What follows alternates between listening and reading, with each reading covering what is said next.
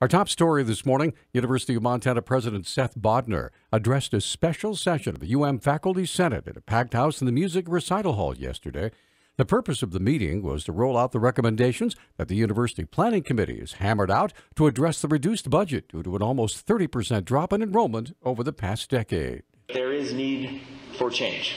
Years of enrollment decline have led to a structural deficit in our budget. Upon coming on board, one of the things that I immediately asked, because I understood that as things had been adjusted over the past 6 years of an enrollment decline of nearly 30%, and when you have an enrollment decline of 30% in an institution that is tuition dependent.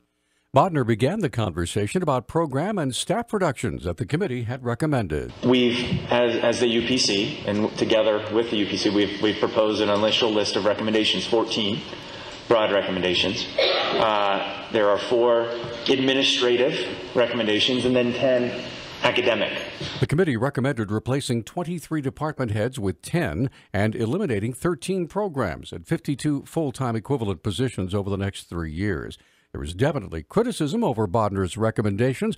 UM history professor Michael Mayer complained about a lack of openness and transparency by the administration with faculty and staff as the process was ongoing. This is the least transparent process you could possibly imagine, and it's one that will inevitably lead to real academic problems. And again, nobody's through anything, it seems, beyond the initial, gee, this saves us a few bucks here, and maybe we can make our budget and keep the lights on next week, which is an admirable thing to do, but not at the expense of the academic mission of the university. Bodnar said the changes will be phased in over the next 3 years. In a related story, an outgoing U of M vice president says he's concerned the wife of U of M President Seth Bodnar is seeking confidential student information as part of a student recruitment effort. Tom Crady was hired to increase the school's enrollment, but his contract was not renewed. He says Chelsea Elander does not work for UM, but has asked for student data. Emails obtained by the Missoulian indicate Elander asked for transcripts, grants and scholarships, family income, religion, and social media information. UM attorney Lucy France said the campus has not given any data to the Messina Group. CEO Jim Messina, a UM graduate who led former President Barack Obama's 2012 re-election campaign, offered his firm's help. In a related story, again, there has been criticism about Mrs. Bodnar, and that is offered to help promote enrollment. Commissioner of Higher Education spokeswoman Blair Fieziet said Mrs. Bodnar was not trying to invade anyone's privacy. She's volunteering her time and her resources to help the university with something that, quite frankly, it really needs help with. We need to boost our enrollment. What she was asking for, and she wasn't asking for data for herself to see, she was asking to facilitate a way to have broad, generic data. Fieziet said the data she was asking for was completely generic. Everybody who's on Facebook or advertises on Facebook uses data to target people, see what their trends are. And that's what Chelsea was asking for the Messina Group. Not for herself to look at, but just to say, how do we look at the demographics in a generic way so that we can better our recruiting efforts and make sure that we're recruiting the right people and getting the right information to those people. UM alum James Messina has offered the services of the Messina Group to help boost enrollment at his alma mater.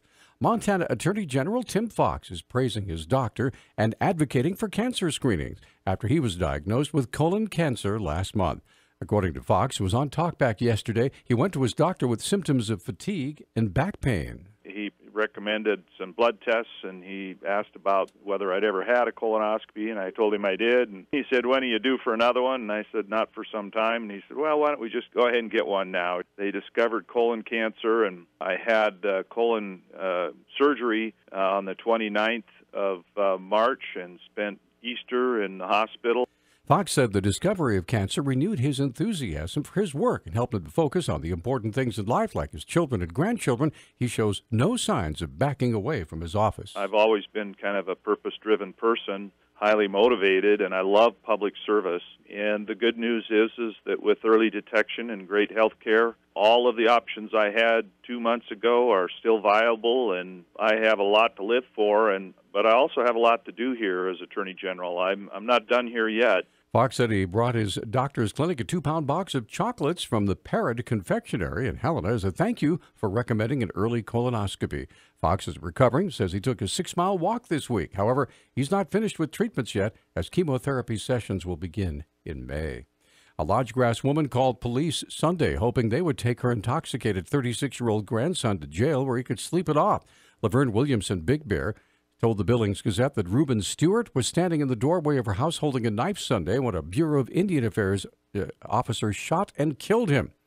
Witnesses say Stewart did not comply with orders to drop the knife. Lodge Grass Mayor Quincy Dabney said witnesses reported Stewart did not appear to be an immediate threat to officers. Local BIA Police Chief Jose Figueroa declined to comment. The FBI is investigating. A Missoula man facing 2 felony drug possession charges for events that occurred on the same day, this past Monday. Missoula Police spokesman Travis Welch said police were called after a casino on Brooks reported spotting a suspicious car that was running out in the parking lot. The officers responded and made contact with persons inside this vehicle.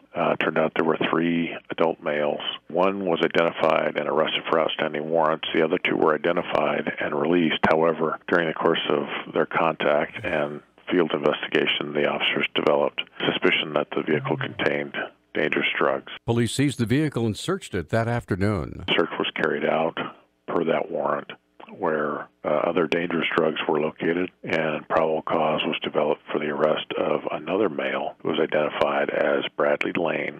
A short time after that search was completed, Mr. Lane was identified as a passenger in a vehicle that had been stopped for an unrelated reason, and at that point, Mr. Lane was taken into custody. Lane reportedly had both meth and marijuana in his possession during his second encounter with police that day.